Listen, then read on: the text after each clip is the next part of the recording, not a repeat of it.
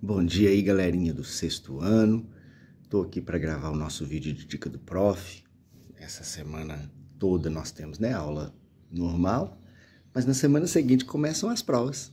E língua portuguesa normalmente é bem no comecinho, então já vai o vídeo aí para você se preparar, para você se organizar. Talvez o vídeo fique um pouquinho longo, porque na prova trimestral nós temos 12 questões, então eu tenho muito spoiler para dar aqui da nossa prova.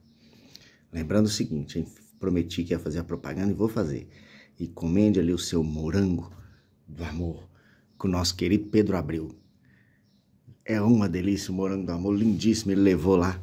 Eu vi a Gabi adquirir o morango do amor dela. Que coisa chique. Pedro Abreu, venda muito morango do amor aí. Galera, é o seguinte. A nossa prova, ela vai se dar, com assuntos que estão ali no módulo, principalmente com assuntos que estão ali no módulo 15 e no módulo 16. Esses assuntos tratam de verbo. Além disso, eu vou cobrar também questões sobre o livro Fique Onde Está, Então Corra, do John Boyne. Esse livro espetacular, uma história maravilhosa que se passa ali no período da Primeira Guerra Mundial. E é um menino, de nome Alf Summerfield.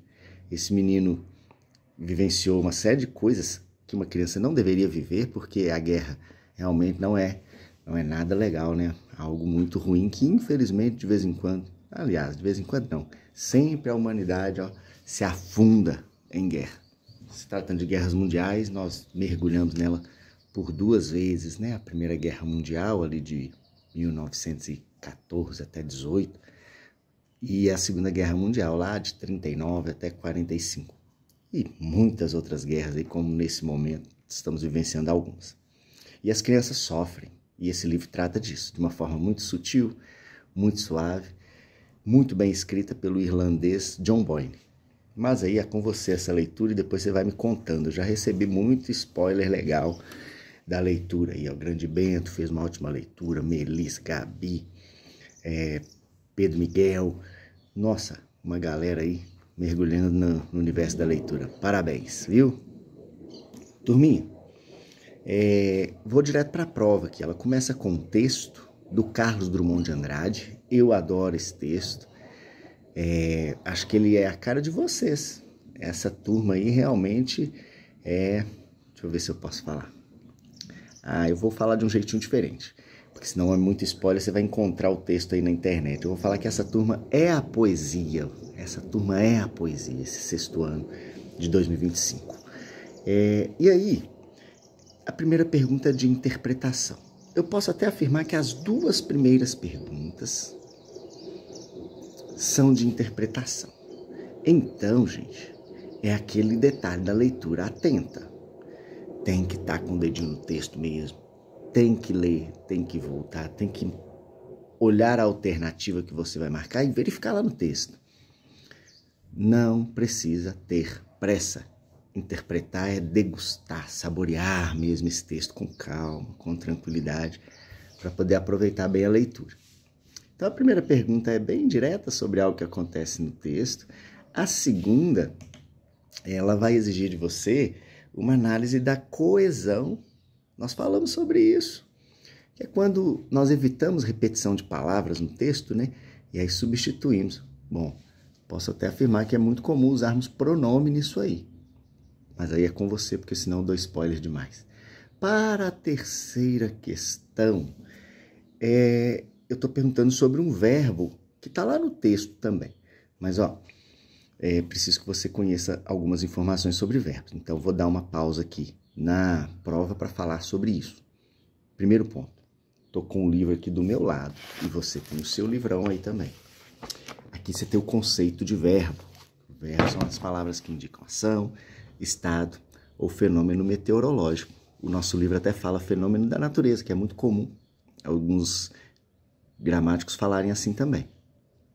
Como assim indicação? Ação é tudo aquilo que requer e exige ou apresenta movimento, apresenta um fazer de alguém. Então, ações que vocês não gostam de correr, de brincar, de dançar, vocês não gostam de assistir televisão. Outra ação, vocês não gostam de dormir. Algumas outras ações as pessoas nem têm tanto movimento. Pensar, sonhar, tudo isso é ação. Estado tem relação com o jeito de ser, de permanecer e, em alguns contextos, de ficar das pessoas. Eu posso dizer, eu sou professor. Sou é um verbo e indica estado. Não tem ação em ser, em estar, em permanecer. E fenômeno meteorológico é tudo aquilo que não é uma ação humana, mas é uma ação da natureza. Por isso, alguns gramáticos descrevem como fenômeno da natureza. Chover, trovejar, ventar, nevar, como exemplos aí para vocês.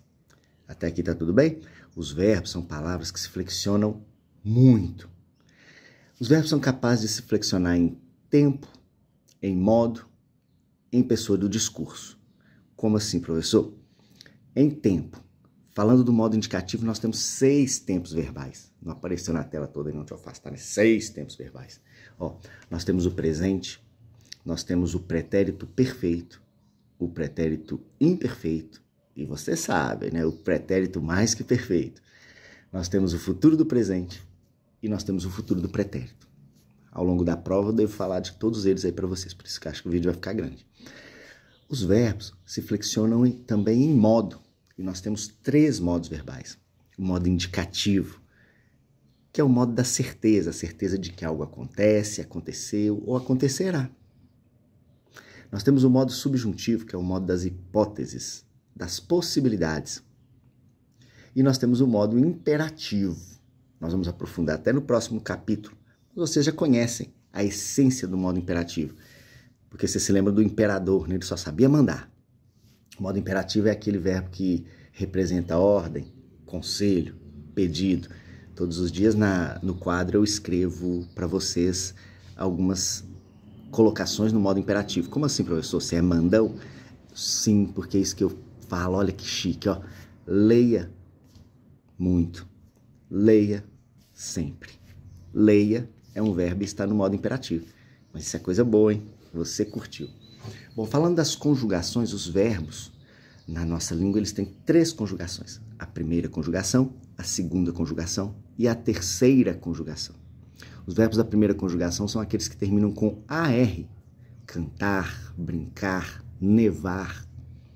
Os verbos que são da segunda conjugação são aqueles que terminam em ER. Beber, comer, ler.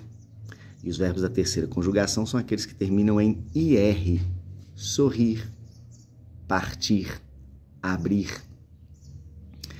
É importante lembrar, eu falei várias vezes, hein? Aquilo que eu falo várias vezes costuma aparecer na prova. Os verbos que terminam em OR, aqueles derivados do verbo por, e nesse caso, com acento circunflexo, os derivados não têm acento circunflexo, como compor, recompor, repor, mas o por, quando é verbo, tem. Esses verbos são verbos da segunda conjugação. Isso porque, quando esses verbos ainda eram escritos em latim, eles eram escritos assim, ó, poer, recompoer.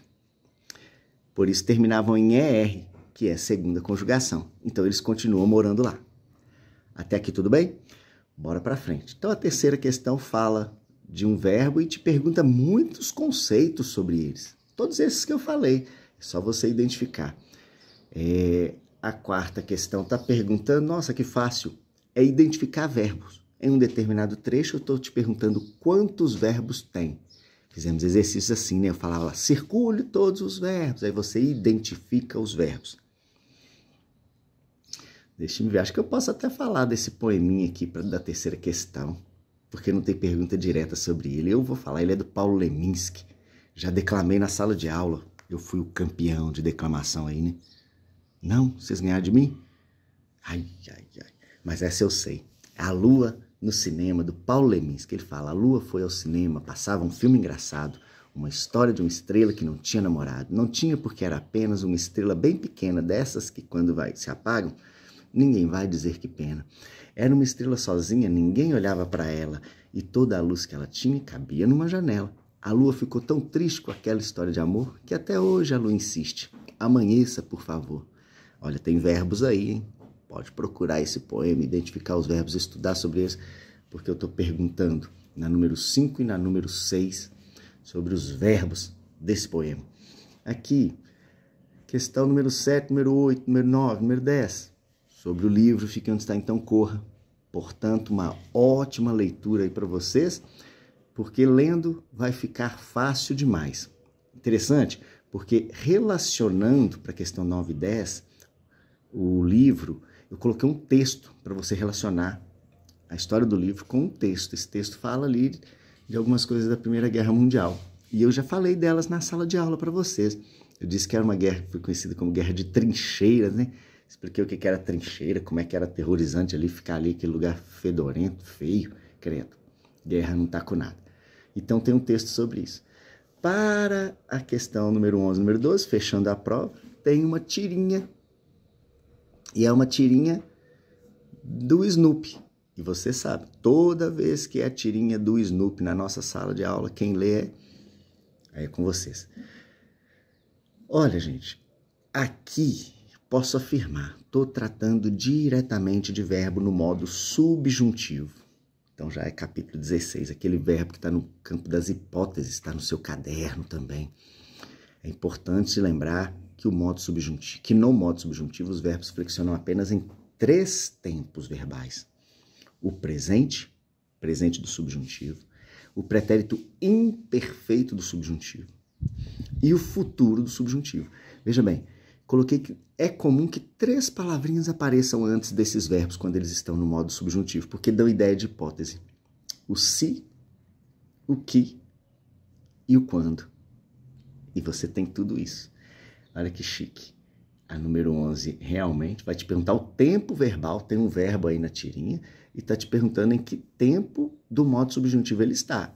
Se ele está no futuro subjuntivo, no pretérito imperfeito subjuntivo, no presente subjuntivo, e para completar, se não está em nenhum tempo desses. Não existe.